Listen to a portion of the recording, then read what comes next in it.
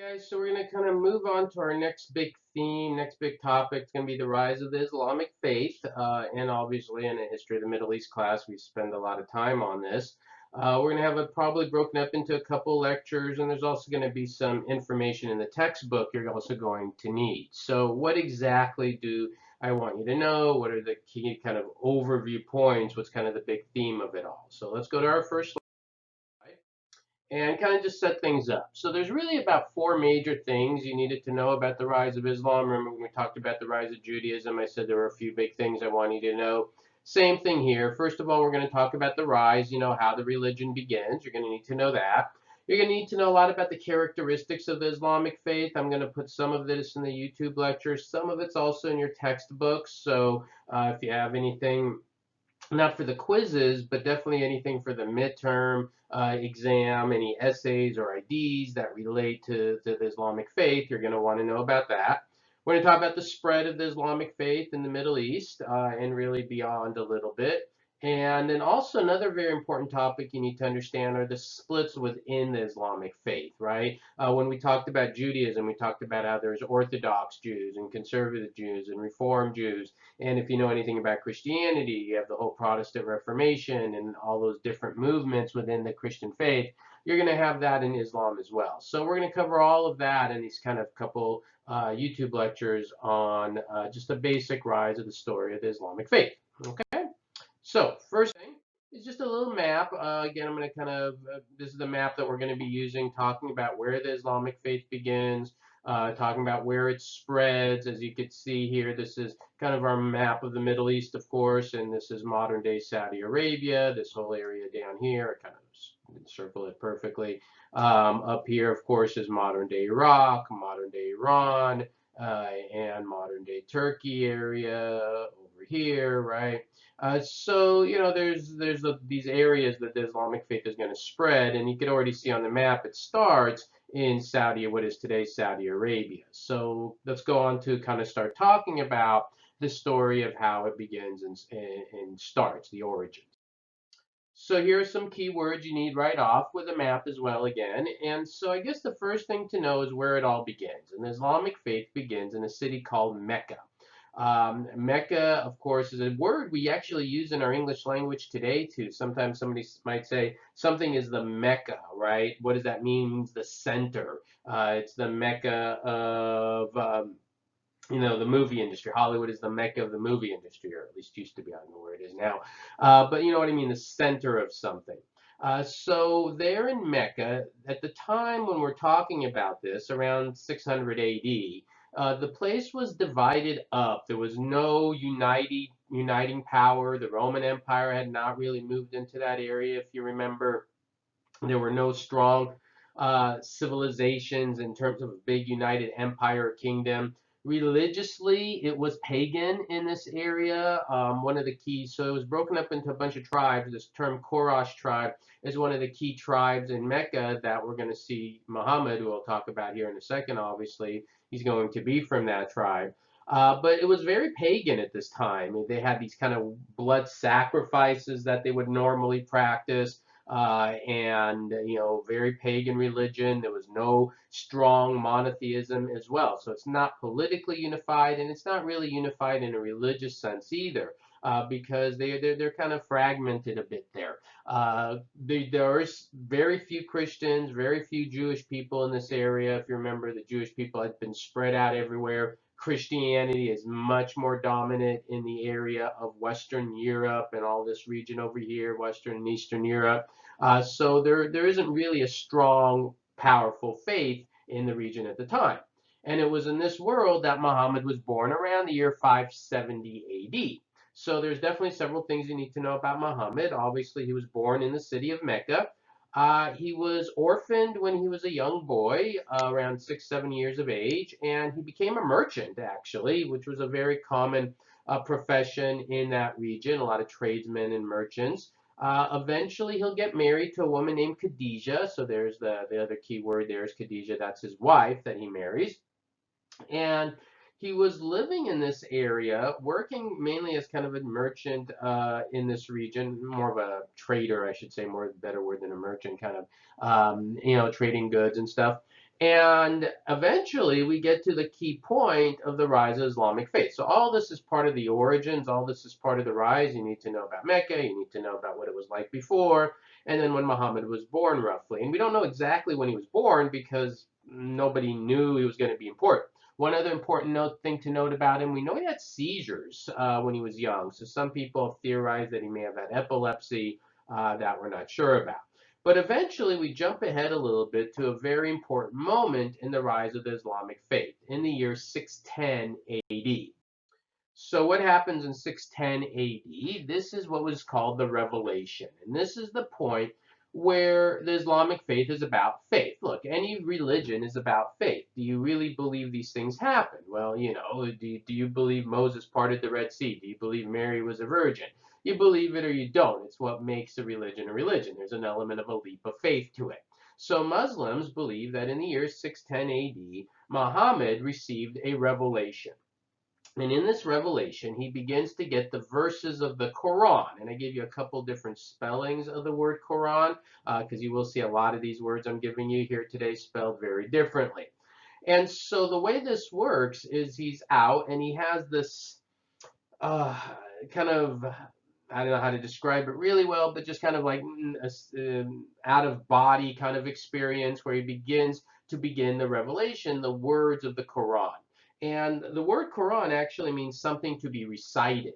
And so he starts to get these words of the religious document that becomes part of the center of the Islamic faith from, well, not directly, but through an angel from the God Allah. Allah is the God. So it's a monotheistic religion. So that's a very important right away. Just like Judaism, just like Christianity. Remember, first you had Judaism, then we have Christianity. We really don't cover Christianity in the Middle East class. I cover it a lot in my Western civilization class. From the God, one God. And he begins to get these revelations that he begins to recite. And he recites these revelations to the people in Mecca. He doesn't get them all at one time. He gets them over a series of these revelations. And the key thing is he does recite them. He does not write them down. And so that's one of the important points about the very beginnings of the Islamic faith, that they're not written, the Islamic verses at first. They're going to be written down. I'll talk about when that happens in another lecture. But initially, they are just recited, which is important in terms of, the ideas of what you read in the Quran today. Is it exactly what Muhammad heard? Well, if you're a deeply believing Muslim person, you would say yes, right? But if you take the faith element out of it, is it possible that some of the terms or some of the ideas in the Quran were not exactly what Muhammad preached? Well, it's possible, right? It's actually a somewhat controversial topic inside of the Islamic faith. Anyways, the word Islam is from SLM, which means basically peace or submission. Salam, peace. And submission is essentially kind of when you submit, Islam submit to Allah, you receive peace. That's kind of the idea behind it. The other really important point about all of this and Muhammad beginning the revelation is Muhammad in Islam is not like Christ is in Christianity. He's not God. Instead, he is a prophet. He is probably, you can argue, the most important prophet of the Islamic faith, but he is a prophet. There are actually other prophets in the Islamic faith as well, including Moses, Christ, their prophets as well. And why am I mentioning that? Well, I'm mentioning that to show you that there's clearly a connection between these other monotheistic religions, Judaism and Christianity, and Islam. They're all monotheistic. They have a lot of the similar figures and individuals in their writings. What the Islamic faith does is take the Jewish faith, take the Christian faith, and say, well, they didn't interpret the religion in the way it should be interpreted, and it's a whole other interpretation of this monotheistic religion. So there are several prophets in the Islamic faith. So that's the beginnings, so he gets these revelations. What does he do with them? Well, he goes to the people in Mecca and he starts telling people in Mecca about this monotheistic religion. How do the people in Mecca react to this? Well, not too good. They see it as a challenge to their power structure. They see it something as very different. And so a lot of people in Mecca did not like what Muhammad was preaching there. So he's not getting a lot of support there in Mecca. So what happened? So this is still all part of the story of the rise of the Islamic faith. In September 24th, 622 AD, you don't need to memorize this date or anything. I'll tell you why I gave you such a specific date in a second. Muhammad is going to leave Mecca. He goes, so this is shortly after the revelation, right? He leaves Mecca and goes to another city known as Medina, Mecca to Medina. The city of Medina, this you do want to know, another key word there is Yathrib. So that was what it was initially called, and then the name changes to Medina. So I do want you to know that as well. And this is the Hijra, or the flight from Mecca to Medina. Why did I give you such a specific date? Well, that's technically day one, year one of the Islamic calendar. I don't know if you remember back to the first video when I talked about dates, and I talked about how sometimes you see the term 8H, which is after Hijra. That's where that begins. So that's technically day one, year one of the Islamic calendar. So there in Medina, Muhammad has more support, right? People like his ideas. It's not that far away from Mecca. And so he goes there with his supporters and they like it. And go, why do people like the idea? Well, again, what does a monotheistic religion provide for people? It provides them the idea of salvation. It provides them the idea of everyone's equal in the eyes of God.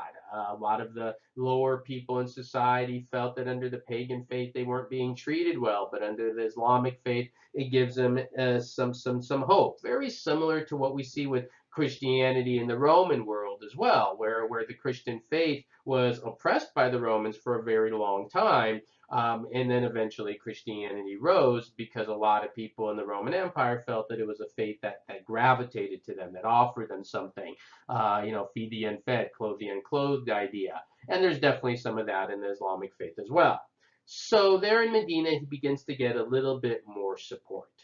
All right, so that's essentially kind of the story of the rise. That's the kind of how the Islamic faith begins, and that's the first thing I want you to know. The next thing we're going to talk about are some of the characteristics of the Islamic faith. And we're going to start with this. When you talk about the Islamic faith, probably the most important characteristics are the 5 pillars. And then I also have this other term here, jihad. So let's explain all of this and what all this means. You definitely want to know all 5 of these pillars. You want to, again, as always, don't just write down the words. Whenever you see keywords, you want to know what do they mean.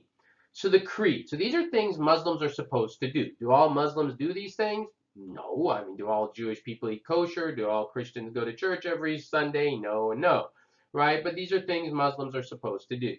The creed is very simple. It's just a statement. You're supposed to say there's only one God, that God is Allah, that there's only one God, that God is Allah, and Muhammad is his prophet or messenger, right? So that's the creed, right? You just basically say there's only one God, that God is Allah, and Muhammad is his prophet or messenger, and that's something you're supposed to do, is just say the creed, recite the creed.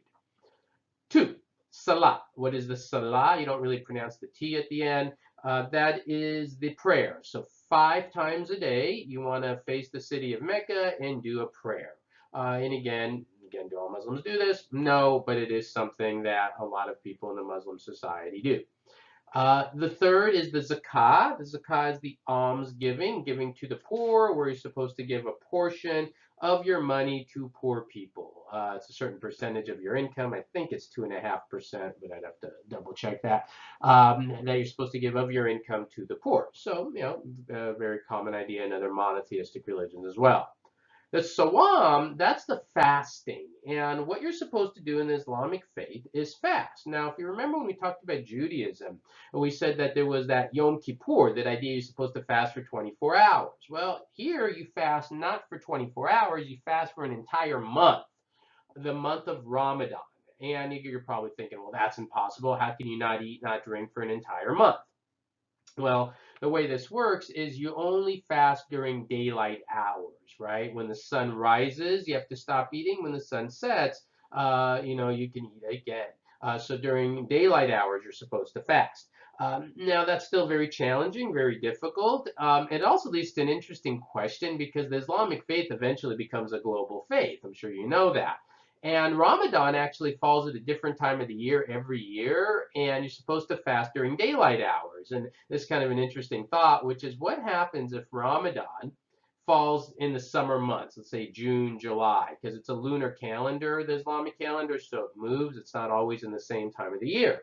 And let's say you are a practicing Muslim, and let's say you live in Alaska. Well, put it all together, you got a problem. And the problem is you got 24 hours of daylight. What do you do? So I actually researched this years ago, and basically what you have is special circumstances in that case, and you would basically go by kind of Mecca time or something like that, because it's impossible not to eat or drink for 24 hours a day for an entire month. So anyways, yeah, the Sawam, you definitely want to know that. And the fifth pillar is probably the most famous, that's the Hajj. The Hajj is the pilgrimage.